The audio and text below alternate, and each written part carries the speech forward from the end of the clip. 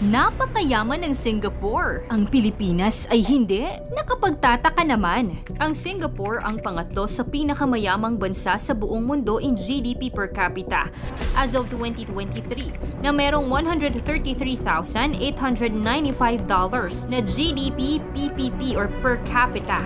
Tinalo pa ang China, Amerika at Pilipinas. Nakapitbahay lang natin ang bansang ito.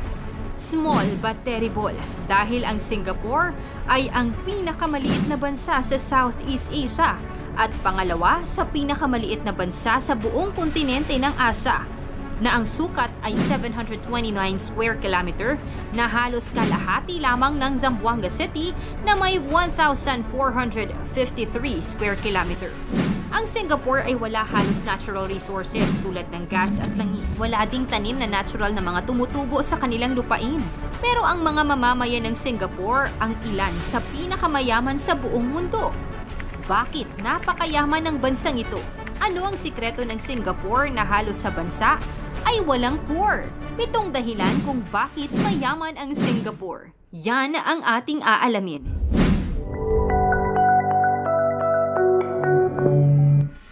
Historically, mahirap ang Singapore. Taong 1819, dumating sa kanila ang mga British. Naging maunlad at maganda ang Singapore sa kamay ng banyaga nang bigla na lang nalugmok, tumindi ang kahirapan at laganap ang krisis.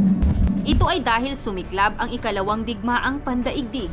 Natalo ng mga Hapon ang Great Britain sa loob ng Singapore. Kaya naman napasa ilalim ang Singaporean ng mga Hapon noong 1942. Nakalaya lamang ang Singapore nang matalo at formal na sumuko ang Japan sa digmaan noong 1945. Ganoon pa man, pagkatapos ng digmaan, ang Singapore ay wasak, lugmok at bagsak ang kabuuan ng bansa. Dahil hirap na hirap ang kalagayan ng bansa, humingi ito ng tulong at ang pinakanalapitan nila ay ang pinakamalapit ding bansa sa kanila, ang Malaysia. Nakipagtulungan sila sa bansang ito upang makabangon sa krisis. Sa una ay maganda ang partnership. Pero kalaunay nagkaroon din ng iba't ibang problema ang dalawang bansa. Sa huli, binitawan din sila ng Malaysia. Matinding dagok ng pagsubok ang sinapit ng Singapore pero hindi nawala ng pag-asa si Lee Kuan Yew na nooy Prime Minister ng bansa. Ang tanong, paano sila nakabangon at napakayaman pa sa kasalukuyan? Narito ang mga dahilan ng pagyaman ng Singapore. Pampito, lokasyon. Ang Singapore ay matatagpuan sa ibabang bahagi ng Malaysia. Ang pinaka-asset talaga ng bansa ay ang kanilang lokasyon na isang sentro ng kalakalan.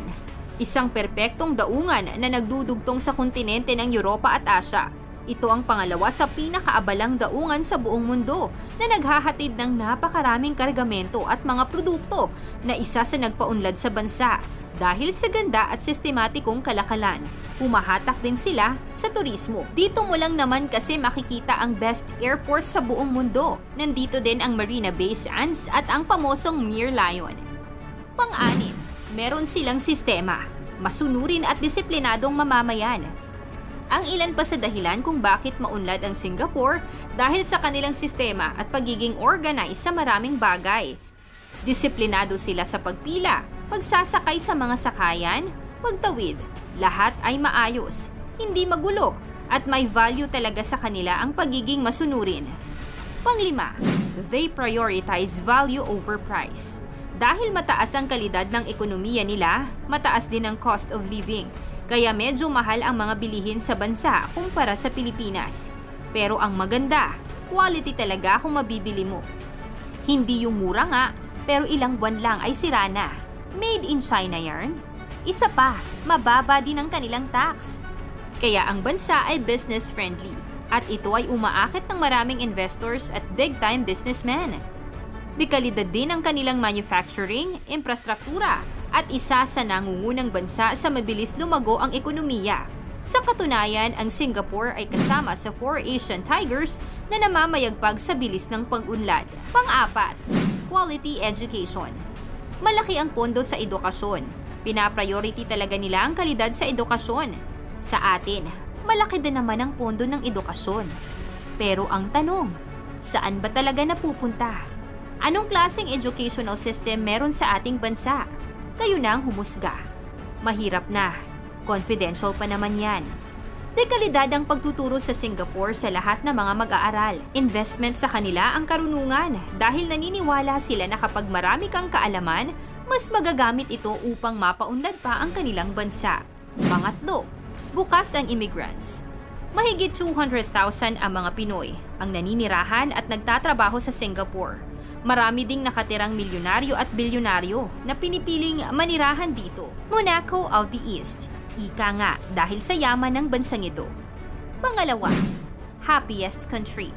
Ang Singapore ang itinuturing na pinakamasayang bansa sa buong Asya ayon sa ranking na inilabas ng United Nations report ngayong 2023. Ito ay marahil resulta ng magandang kalidad ng pamumuhay at satisfaction ng mga mamamayan dito.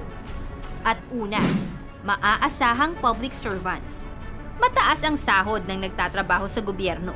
Malaki ang kanilang paniniwala na kapag malaki ang sahod ng mga nagtatrabaho sa gobyerno ay hindi na ito magiging kurakot at tiwali. Kung may kurap na opisyal sa gobyerno, tila matinding parusa ang nakalaan dito at para sa kanila ay isang kahihiyan. Sana all, 'di ba? Sa kabila ng pamamayagpag ng Singapore, meron din naman itong suliranin, gaya ng kanilang spacing. Dahil maliit na bansa ang Singapore, ay posibleng mas maliit din ang titirahan ng mga tao. Kung mas dadami pang populasyon at mataas din ang cost of living dito, mataas ang mga bilihin at gastusin. Kaya ang iba ay ayaw na lang mag-anak at di na nagparami pa ng pamilya gaya sa Japan. Kung nagawa ng Singapore, ay posibleng kaya ng Pilipinas. Dahil kung tutuusin, napakarami nating natural resources kumpara sa Singapore. Ang kailangan talaga natin ay i-maximize ito. Disiplina, may sistemang dekalidad sa lahat ng aspeto. At sana, mawala na ang korap sa gobyerno. Ikaw, may idadagdag ka pa ba kung bakit mayaman ang Singapore? At bakit marami pa ring naghihirap sa Pilipinas? Ikomento mo naman ito sa ibaba. Paki-like ang video, i-share mo na rin sa iba. Salamat at God bless!